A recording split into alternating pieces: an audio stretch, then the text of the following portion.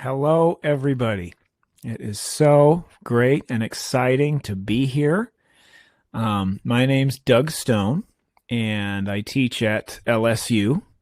And I've had the opportunity to be involved here with LMEA Jazz for a couple of years now, and it's been really great. And I've had made lots of wonderful relationships, and just really enjoyed hearing the great students, and I know we'll eventually get to do that this year, so looking forward to that.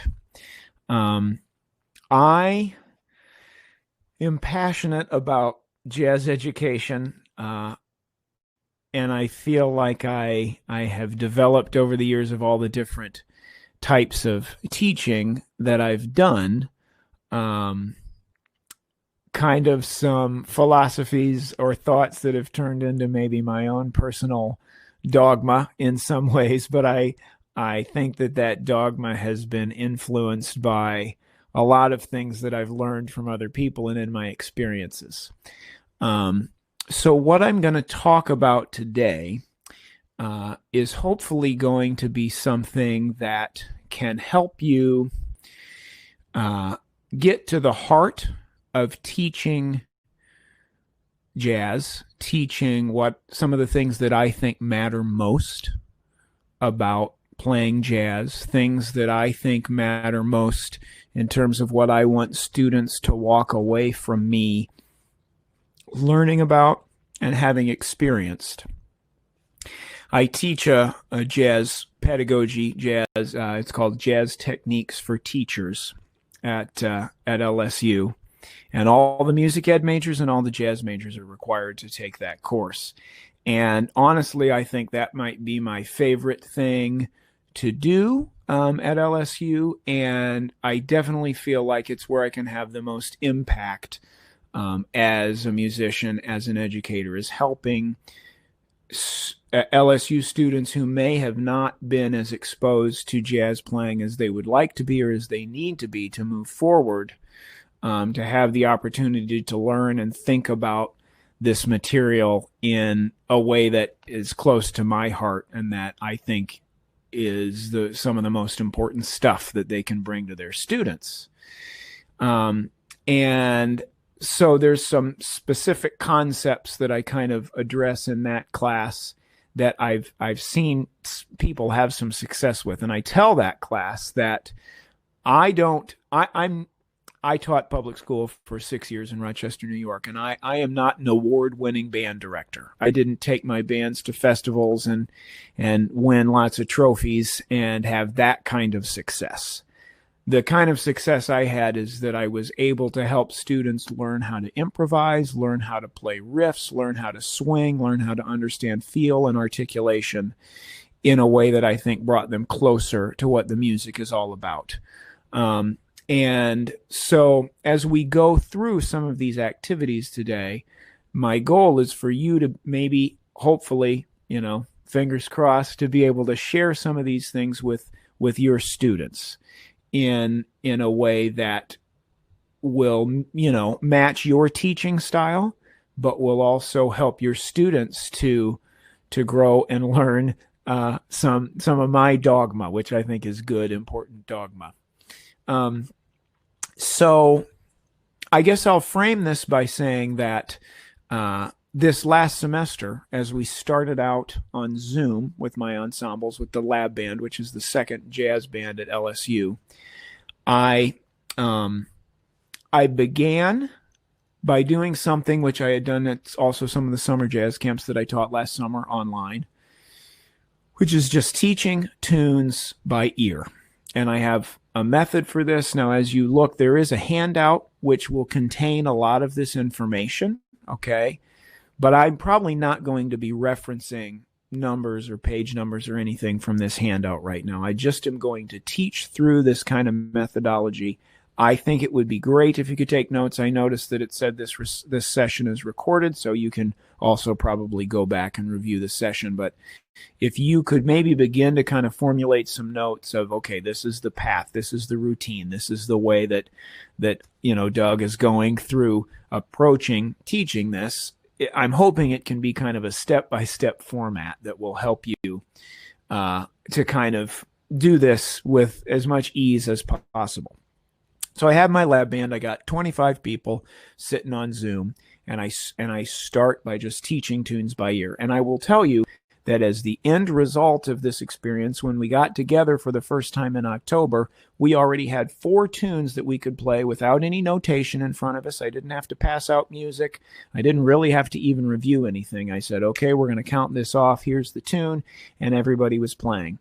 By the end of the semester, we had polished 2 of those things with intros and shout choruses and endings and backgrounds and entire complete versions of what you would think of as a big band chart. And no one's looking at a single piece of notation. Now, just the idea of not having notation in front of you, to me, is something that's really, truly at the heart of this music. A lot of times I have students who will ask me about memorizing tunes. You know, students who are jazz majors here at LSU, they'll refer to this as, oh, how do I get better at memorizing tunes? And that concept is so foreign to me because I feel like you either know the tune or you don't know the tune. To me, this idea of memorization, it's not what it's about. It's either you know this material or you don't know it. And knowing it, to me, usually comes from learning a tune in this kind of way that I'm going to share with you today.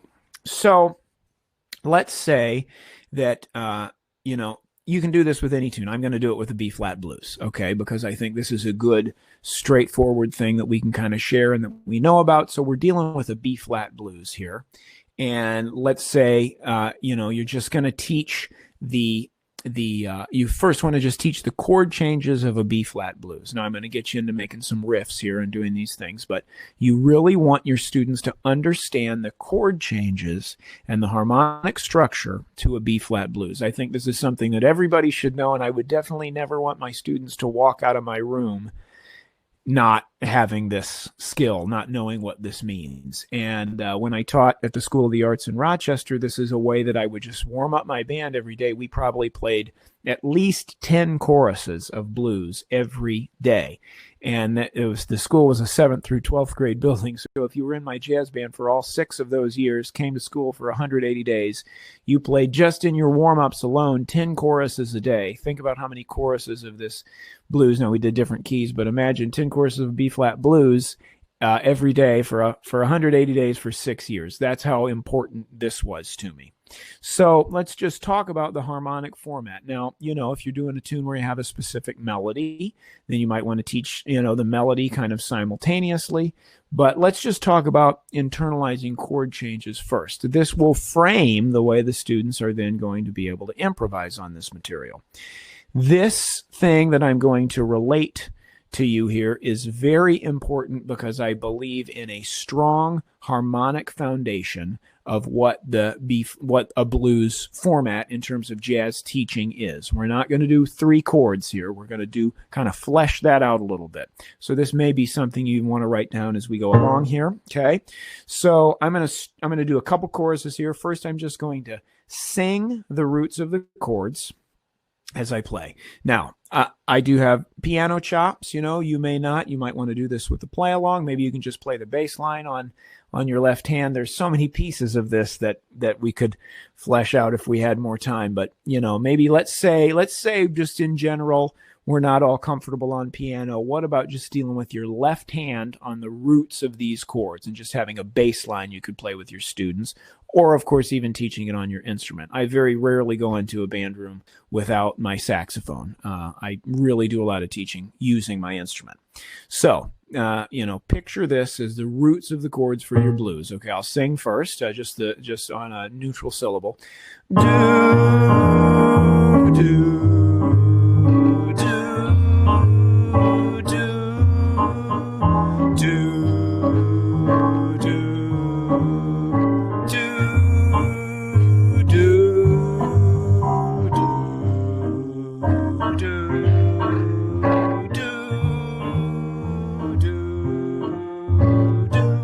Now Now, this could be overwhelming. Now, I'm really watching my time here because I know I only have 45 minutes. So that 12-bar format might be overwhelming for you. It might be overwhelming for your students. What I recommend is for students to, and I'll teach this even in a 4-bar kind of a format. So just kind of jot that down, keep it in the back of your mind that this might be something you would want to teach in a 4-bar format. Okay, so from here now, I'm going to give you the Roman numerals, okay, of what this harmonic progression will be, what this foundation of the blues for me is. We've got 1, 4, 1, 1, 4, 4, 1, 6, 2, 5, 1, 5, 1. Now imagine you're going to teach that in 4-measure chunks. I like to do my whole thing here. I want to give you the full version one more time and see if you can kind of track along with these, and then we're going to chunk it down into 4-measure sections. But imagine here, I'm going to first I'm going to go through the full thing one more time. So it's 1,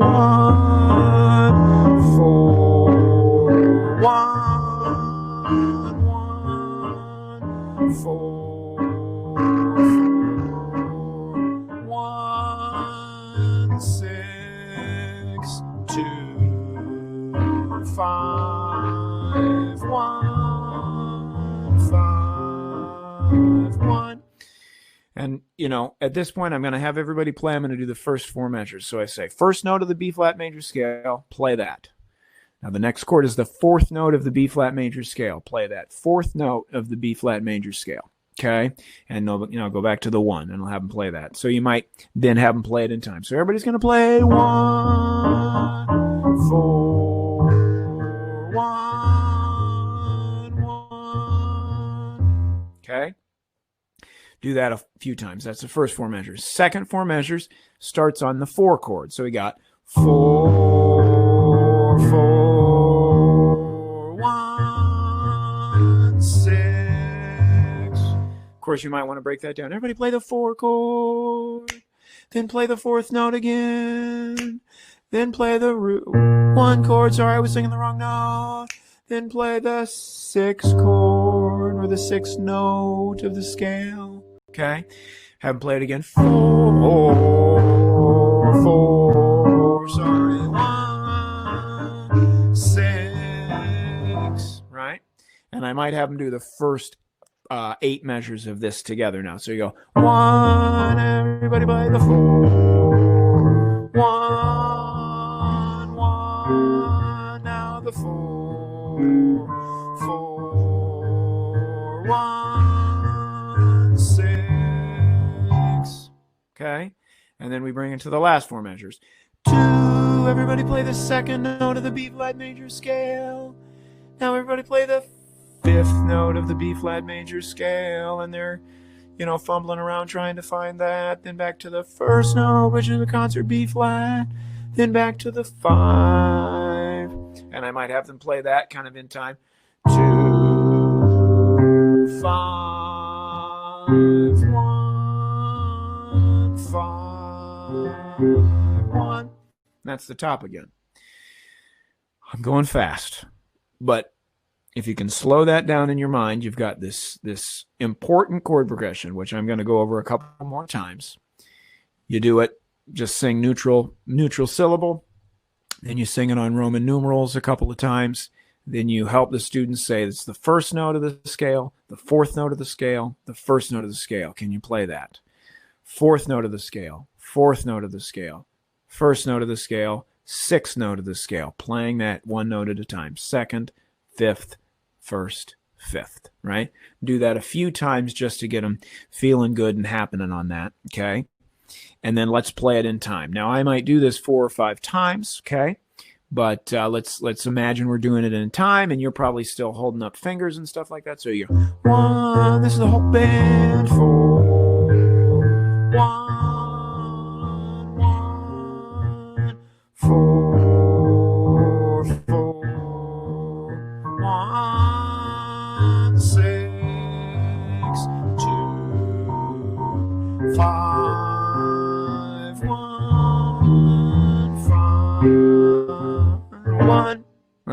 Play that through a few times. Now, the next step is to, well, a couple of things.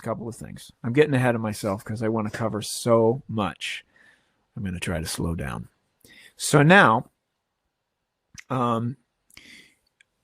at this point, you got a bass player, you got two bass players, or you got a couple people playing keyboard bass, and you got maybe a tuba player, and you got two bass players, whoever you have kind of on the bass function. Now you get them to play these same notes, but they're just playing 4 beats on each. So they're playing quarter notes on these things, right? 4 4 4 4 1 1 1 1 1 1 1 1 4 4 4 4 4 4 4 4 1 1 1 1 6 6 6 6, right? So you've got your people doing that. I've done this with. It seems maybe a little boring and dry and drab to some of us, but I've had high school students who struggle with it a little bit at first, and they finally get into it. I've had middle school students, same thing, just getting really down into making those 4 notes feel good and knowing where to change. You'll find that most bass players just need that. So you got your low end people just playing the roots of those chords. If they're not going to probably be able to build up to a bass line yet, playing good solid roots of the chords. Let's say you got some drummers. Now I like to get everybody into the show, right? So I might have some people on mallet percussion. I might have some snare drummers with ride cymbals, and of course at least one person's playing the drum set. What you deal with on the drum set is you get your drum set player just playing quarter notes on the ride cymbal. That's the first thing they can do. Just like these bass notes are happening as quarter notes, they're just playing, your drummer's just playing quarter notes on the ride cymbal. Day, day, day, day, day, day, day, day, day, day, day, day, day, day, day, day, right? Okay. From there, you could also have them add the hi-hat on 2 and 4. Day, day, day, day, day, day, day, day, right?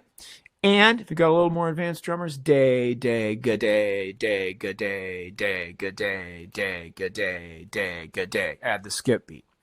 Now, I want to make a little brief comment on what BJ just said here. And not only is this gonna, you can teach a tune in a day this way, and you got your rhythm section sounding good, but also this is the foundation of making the music feel good. I find that's, probably if I were to survey most band directors, they're going to be the most intimidated by dealing with the rhythm section. That's something that if they have a classical background and played in wind ensembles and done marching band and these sorts of things, dealing with the jazz rhythm section is going to be a new and unique challenge. And there's, these simple techniques are actually the foundation. I'm going to tell you that just recently in my top small group at LSU, there has been some rhythmic issues. And I told the drummer to just spend a whole rehearsal just playing quarter notes on the ride cymbal, not even a skip beat, not the day, day, good day, day, good day, but just those quarter notes, and then the hi-hat on 2 and 4 like that. And the entire rehearsal was a completely different environment. So it's not even just for middle school kids. This is for anybody at every level. The quarter notes, the foundation. You get your bass players playing good quarter notes. You get your drummers playing great quarter notes on the ride cymbal, playing that hi-hat. I've gone into bands that are playing very, very complicated, challenging show-type music, and this is what you break it down to. No, let's take it back down to basics and get this feeling good. So now, at this point, you have a rhythm section who is playing a bass player or bass players or piano bass players playing quarter notes on the roots of the chords, and you have your drummers swinging along. And they are going to be happy to do this, and they're going to get into it, and they're going to get in the zone, and it's going to feel good, and it's going to be fun. At that point, you can have the other students practicing improvising. The other comment that I wanted to make is, if your band is beyond playing just a blues like this, you can do this with any new tune you want to do. You want to teach There Will Never Be Another You by ear to your band, teach them the roots of the chords, have the rhythm section play the roots like I just mentioned, and then ask the students to do these following exercises. So now, to get everybody improvising and feeling comfortable, we just make up rhythms on the roots of the chords, okay? So the main point is, when you're in that one chord, when you're in B flat here, you can only be playing a B flat. When you're in the 4 chord, when you're in the E flat, only play an E flat for your note. So you have to follow the harmonic format. So you get your whole band doing this together at the same time, safety in numbers, right? So now you've got band going do do do da, 4 4 4, 1 1 1 1 1, and everybody's trying to follow the chords. 4 4 4 4. I'll keep the roots in my left hand. 1 1 1 1 1 1 6 2 2 2 2 5 5 5 5 1 1 1 1 5 5 5 5 1. Okay, do that a few times through. You can even pick out some individual players who might want to do that. I guarantee you, the kid who thinks they're the best improviser in your band will probably screw up just playing the roots, because they're trying to do things that are beyond really the accurate, correct, truthful playing at this point, okay? So getting your students just to play the roots of the chords to improvise is the first step to being able to do anything. And I have been in situations where I've heard people, even working on advanced degrees, try to do something like this on hard tunes and not be successful. So these techniques can be taken to many different levels, challenging tunes, things you're working on, you know, in the midst of a much more challenging tune where you want to get everybody to understand the chord progression and improvise on this stuff. But you have to use these techniques. You got to learn the roots of the chords. You got to build up slowly like this. And it's best to not be looking at notation, okay? From here, any tune we're working on, and by the way, feel free to comment in the chat. I have so much material, but I do want to direct this to you and your needs. So even if you have a question that completely doesn't relate to anything that I'm doing, please, please, please ask. And at the end of this, I'm hoping to really open up a dialogue with our participants here on as many levels as I possibly can. So I want to hear from you. Get in that chat. I can see it right here, and I'm happy to go in whatever direction is going to work for you. But the next thing here that I'm thinking about would be building scales from the roots of these chords, okay? And we'll start with the threes. Now, I'm going to kind of breeze through some of these things here because I want to get to a few points. But the first thing you might do is build up the first 3 notes of the scales that belong to these bass lines, okay? Again, any tune you're doing, you would do this. And this particular tune is all dominant sevenths, and the 2 chord is minor. So it's going to sound like we're doing major scales up until we get to the 2 chord, and then we have that C minor. So this would go like this. 1 2 3 1 2 3 1 2 3 1 2 3 1 2 3 1 2 3 1 2 3 1 2 3 1 2 3 1 2 3 1 2 3 1 2 3. Boom. Okay, Spencer, I got you here. I'm going to grab that in a second. So now you've gone 1 2 3 on each of these chords. B flat, E flat, B flat, B flat, E flat, 1 2 3, first 3 notes. Now there are going to be 4 different variations of this, okay? We're going to go 1 2 3 3 2 1 on the following measure. So again, you'll see this in the handout, so I probably don't need to get as detailed here.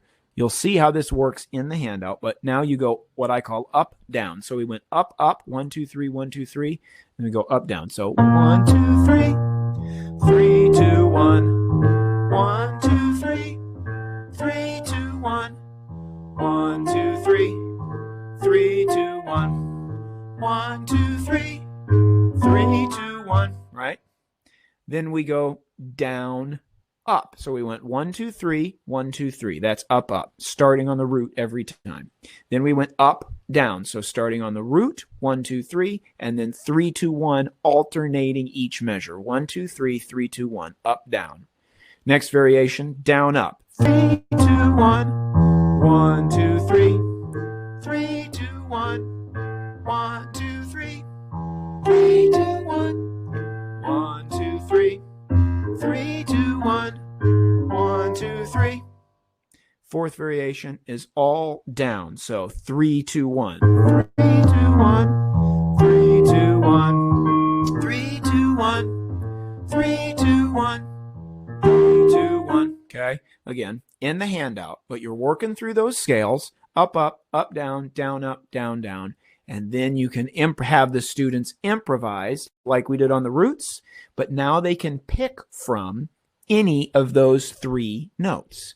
So they're improvising, playing those notes in any order and any rhythm, but you have to stay within the harmony. So you can use B flat, C, and D, but you have to be in that B flat 7. You can use E flat, F, and G, but you have to use that in the E flat 7, and then you adjust back to the B flat. So you're staying within the harmonic format. So a solo like that might be, I'm just using the 3 notes. And you don't have to use all 3.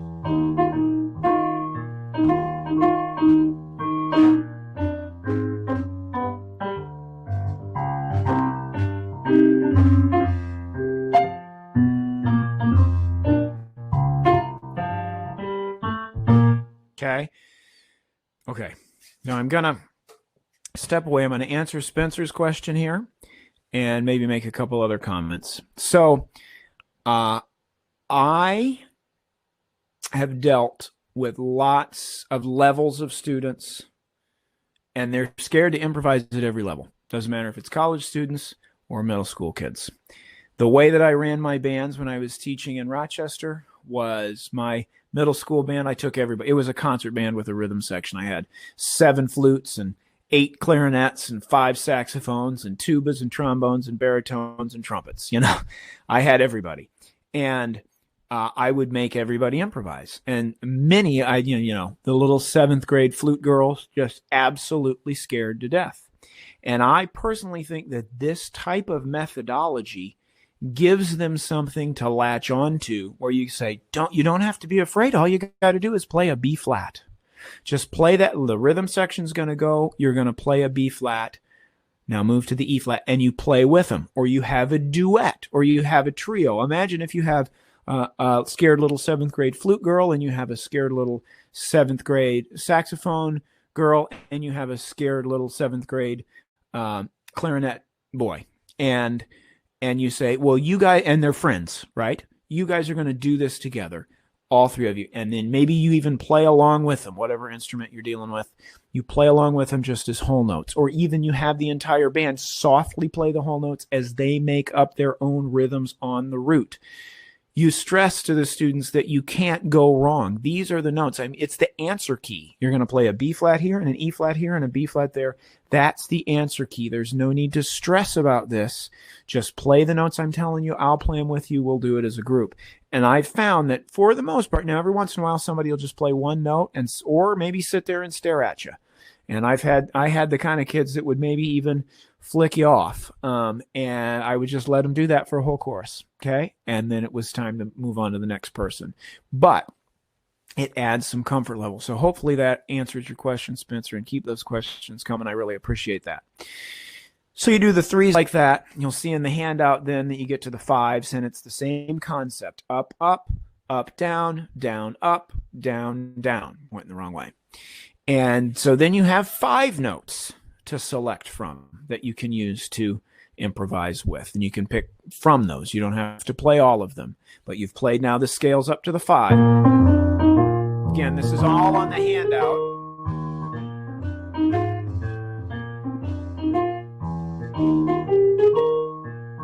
This is up, up. Now what if I do up, down? 5, 4, 3, 2, 1. Up. Down. Up. Down. Keep wanting to do a 2-5 on the end, sorry. My left hand doesn't listen to me. Just like my kids. So that, then you take through the 5s, and then everybody gets a chance to improvise on the 1, 2, 3, 4, 5s. Okay, and you can pick from any of those notes. And then you can do the whole thing with full scales. You'll see in the handout that this goes through 3s, 5s, full scales, and then chord tones. Okay. And I like to do the chord tones later because I think we pull the chord tones from the scales. Also, for piano players trying to make voicings, once they know the full scale, then they can think about the 7th and the 3rd and the 13th and the 9th, to make their voicings. I've seen that be very successful. Now, the next step and another important thing in that handout, which does come from a book that has not, it's in the works. It's almost finished. I just have to do a final kind of evaluation, and then it's going to the publisher. So we'll talk about that. I'm going to try to leave some time at the end for me to just mention a couple of things about that. And I'm happy to stay all day, but I know this is supposed to be 45 minutes. So I will shut up, and then we can either hang if anybody wants to hang or whatever. So the other thing, you get students to the point where they're improvising using scales, and that's great. But it's not going to sound like jazz vocabulary. It's going to sound like playing right notes and improvising correctly. And you'll see there that I have some eighth notes at the in with eighth notes with chord tones on downbeats with some chromaticism to kind of connect. And that helps students to feel like they're kind of playing bebop lines, But I also think the idea of making riffs is very important. And so, these questions are really good. So I'll quickly talk about a couple of riffs and the way that I use those, and then I'm going to read some of these comments and get to that, okay? So the next step in that handout and in this book that I have lots of riff options. You're going to want to build the riffs off a minor pentatonic scale. So in this case, we'd be B flat, D flat, E flat, F, A flat. And of course, I'd have to have the students play that individually. Everybody play a concert B flat. Everybody play a concert D flat.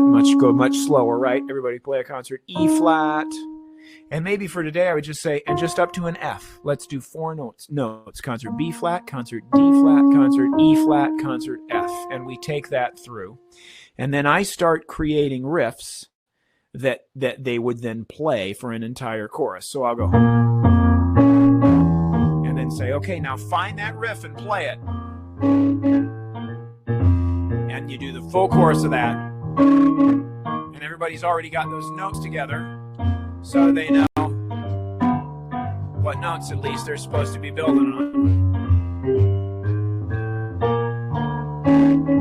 Maybe give them another one, add that third note. Now everybody's trying to find this riff. But they know they've got B flat, D flat, E flat to pick from. I always start on the root. That's really critical. Sometimes people won't start on the root when they do this. You want to keep it simple and straightforward so that everybody knows what to expect. So you get this first riff going. Use a couple of notes. You change rhythms. You do it in different orders. Then you add a third note. I really, again, start on the root.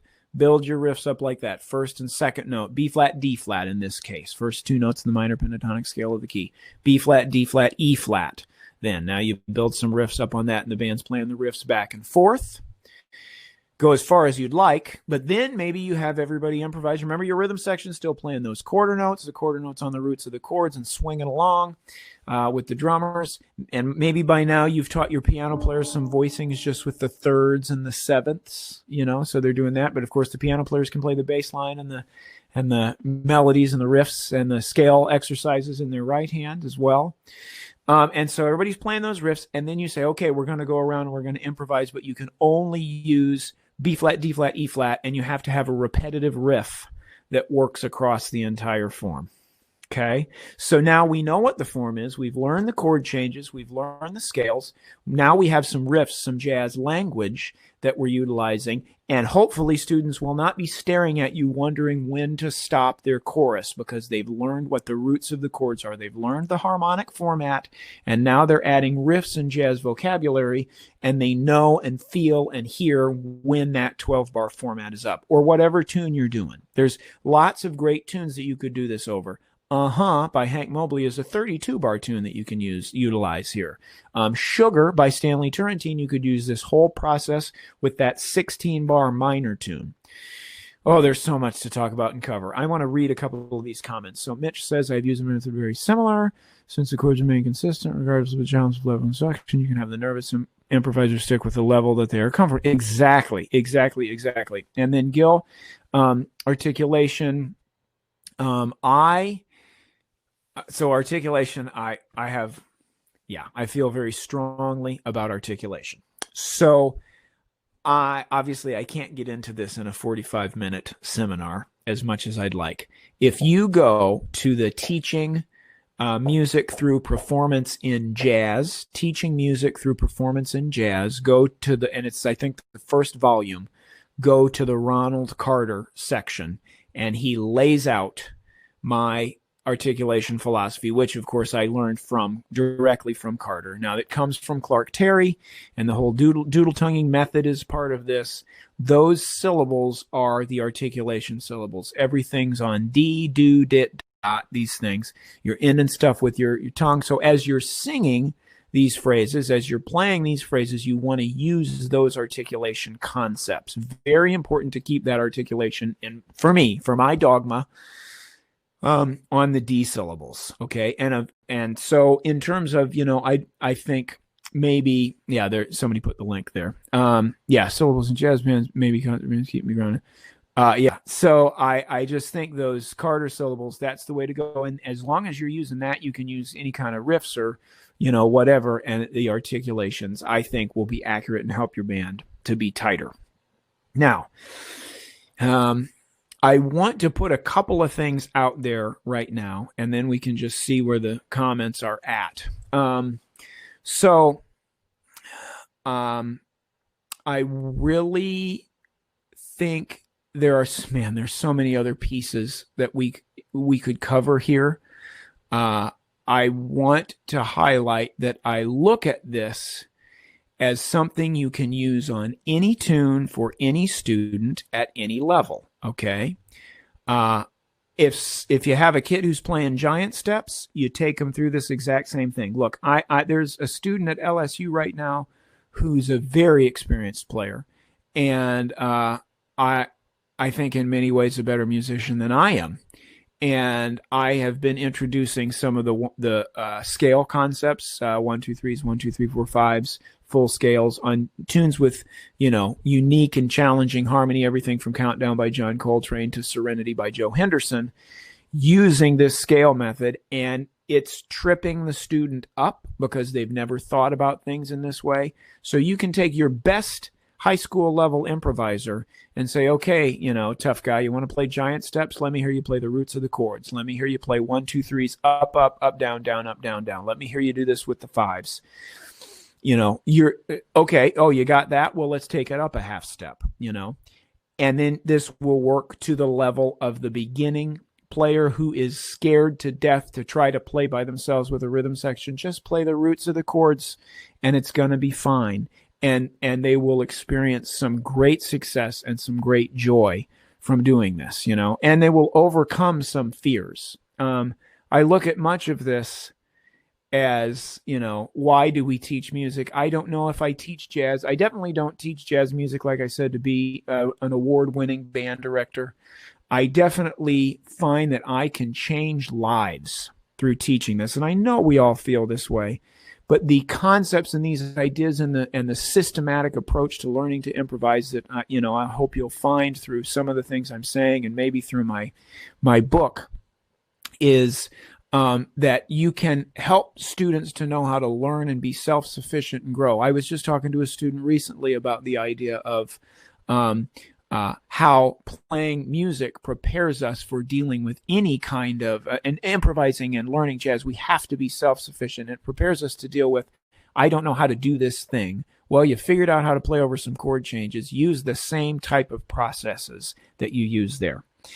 I know it was definitely mentioned that this is all going to be in a book. So the idea with the book is that, of course, there's books for every instrument. So you've got the B flat version and the E flat version and the bass clef version and the concert pitch version.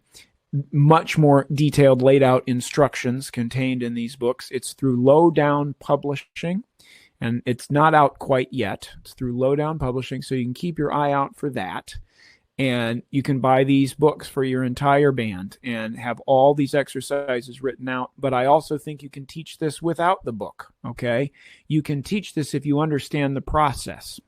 I really would love to keep a connection with every single one of the participants in this workshop today. I don't know if we have 2 people or 200 people, but I really would love, I really am serious about this. I would love for everyone to email me, and I would love to set up a phone call with you to talk about these materials, these concepts. I would love to come in or Zoom in to your jazz band rehearsal. If you're interested, I can teach this stuff online. I can teach this stuff in person. I want to share this with you. I want to share this with your students. I want to help your students grow and learn how to improvise and learn what this music is really about. And I can't stress enough, email me, dougstone1@lsu.edu, dougstone1@lsu.edu. Let's set up a phone conversation. I'd love to flesh this stuff out more. I'd love to, like I said, work with your bands. Maybe you don't have questions. Maybe everybody understands, and maybe it's clear enough that you do. Maybe I didn't make any sense at all, and you just want to follow up and tell me that this was an awful workshop. And I would love that kind of feedback too, whatever level you're interested in. I have a plan and an idea to offer a much more in-depth training of this in the future. And I would love to be in touch with you about that. If you are someone who has never improvised and who has not learned how to improvise in a systematic way like this, I really think that if you can feel comfortable doing this, you are going to have much more success with your students. And so I want to, like I said, I have ideas for a couple of online programs that I'm considering offering in the future to help people learn to kind of improvise in a systematic way and kind of in an intensive way, learning how to do this. And I want to be in touch with you, and I want to follow up, and I would love to have everyone here who's in this workshop be able to play solos like this. And I know we have some great musicians, and so it would just be fun to get together with those of you who can probably cut me and play some tunes together like this. And if you're just a beginner, or if you're an orchestra teacher and have never done anything like this before, or a choir director or whatever, I think these ideas can apply to elementary school all the way through college. I'm just wondering if there's any more questions in our last couple of minutes.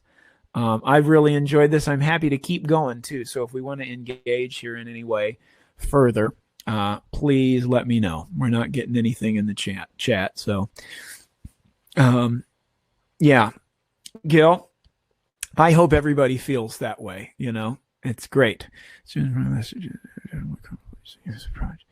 Okay, that's great to hear, Daniel. Awesome. Yeah, simplifying things and making it clear, I think that's really critical. So I'm going to shut up, and feel free now if we need to shut down and cut this off. But please stay in touch. Oh, I wish I could see all of you and talk to you directly. dougstone1@lsu.edu. Thank you, thank you, thank you.